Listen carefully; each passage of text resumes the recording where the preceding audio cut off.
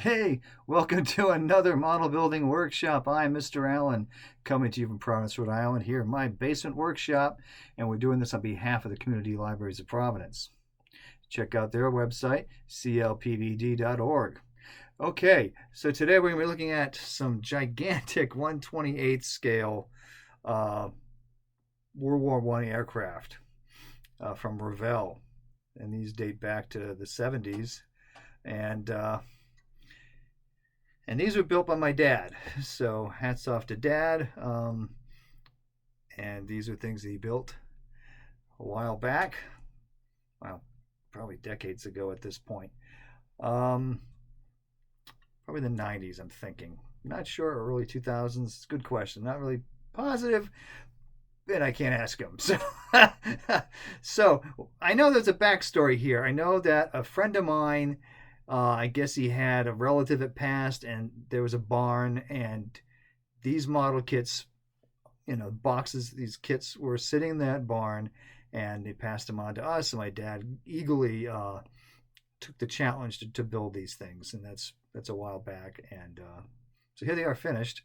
So these are sitting in his house for quite a while, and they're still a little dusty. I tried to clean these up, but they're delicate.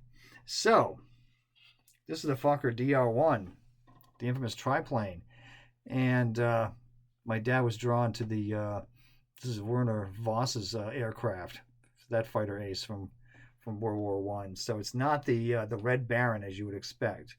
He wanted this challenge, and with an interesting paint scheme on it. And here it is. So the decals apparently were not in great shape, because it looks like my dad attempted to put the decals on there. I can see them underneath, and then ended up using that as a stencil. Had to paint them, and that's the case on a number of these planes, which we're going to look at a few. So there's a combination of decal and paint. Does look like he managed to get the face on the front to work out. So he did not do the rigging on these beyond what the struts that came with the kit. And I don't really blame him, because to me the rigging is a nightmare, but that's me. But a lot of people probably would love the challenge. So yeah, this is 1/28 scale, which is kind of interesting because, for World War I planes, because they were kind of small, I mean, you would figure this would be like 1/48 or something, or 1/32 or something, if it was a World War II aircraft. But anyway, 1/28 scale Fokker DR1. Pretty big pieces, so I know he had a lot of fun with these, because they're big enough that you can see the parts. You can see what you're painting, because this I built this in 72nd scale. It's like this. The whole thing completed is really tiny, so it's definitely better for aging eyes. And then we've got the Spad here. He's got this, and this was hanging up in his house for a long time. And this one he did put the rigging on. This one, as you can see, the threads there. And again, he had to paint the roundels on this, which I think he did a pretty good job. But the decals on the fuselage look pretty good. But again, the tail planes, he painted those as well. I like the size of these. Look how massive this thing is for a model kit. And again, I built this. I think I've got it still in 72nd scale, little mine. Yeah, mine had some damage to it, but this is it. So you get the idea what 72nd scale looks like.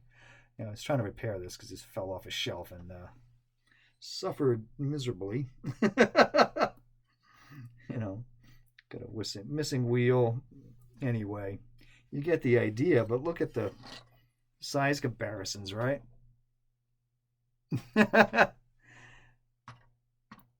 So my father's 1/28 scale Revell one is in American colors from the time period, and this is an Italian one here with the infamous Baracca symbol on there, which later goes on to be the Fiat emblem. So this is a series of them that they built back in the day, you know. So this is a twin-colored American one here. Not the same one shown here on the box. That's a slightly different marking option. Again, American. That's a SPAD what? SPAD 13. I kind of grabbed these pictures from the internet since none of these instructions survived, not this many decades. And it gives you an idea what the parts look like. Apparently this came with a ground crew originally. And here's an example of the triplane, and that one is in Warner Voss's colors there.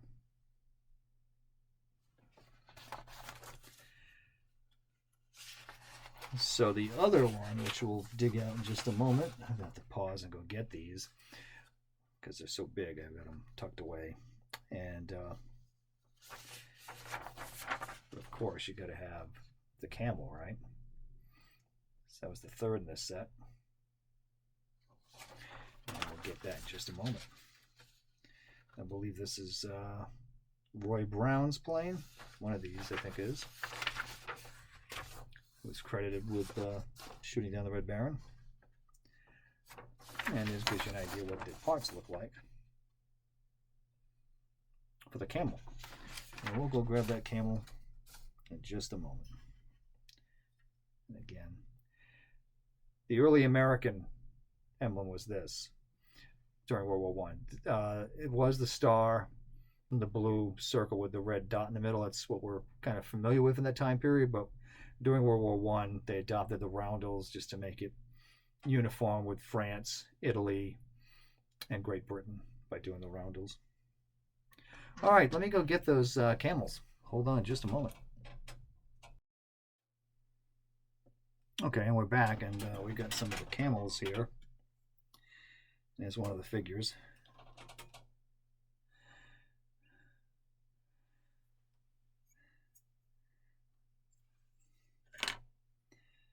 So, yeah, these have been sitting around for quite a while. They're a little dusty. And there's one here.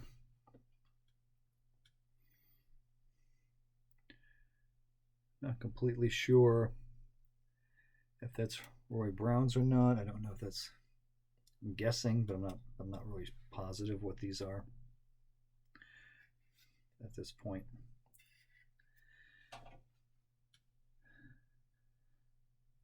But for a very colorful look. Again, decals gave some issues, especially those size. So it looks like he had to paint these by hand, including even the side. I guess he got the stripes to work, but that seems to be it. That managed to survive with the decals. And he's got the rigging on these.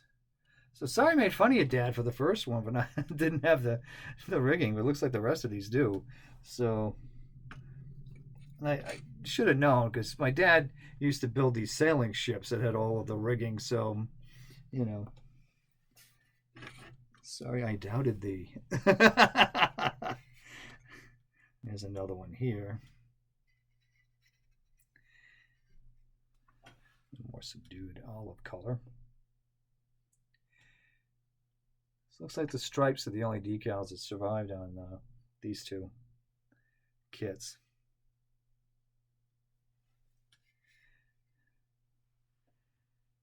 Although that's got some other issues with it, I can see here.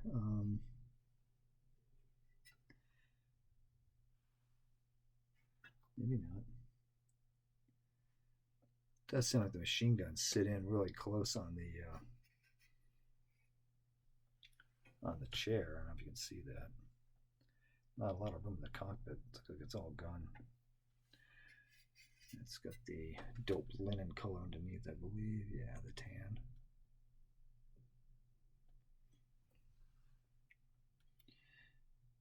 And I know there's one more, which I'll go look for and see what that one looks like.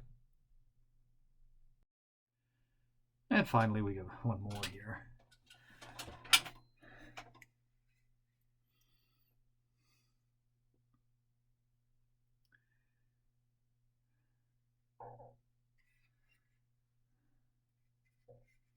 Which looks an awful lot like the other one. I don't know what the difference is between these two. Look about the same. Yeah, pretty much are the same.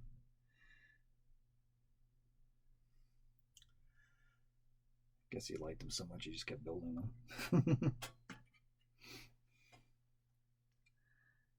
Yeah. This one has a number on it. The other one doesn't. I guess it's the only difference it has is this number underneath. But anyway, it's fun looking at my dad's old collection here.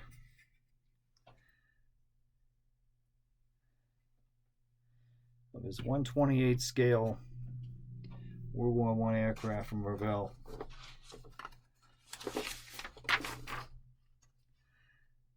Yeah, it's a different model altogether there. Anyway, that's just a fun nostalgic look at some old kits in a very large scale, and World War I planes, which tend to be fascinating in their own right. And again, and this is also nostalgic for me because these are my dad's old collections. So I hope you enjoyed that, and we'll see you next time on the Model Building Workshop. Take care now. Keep on building.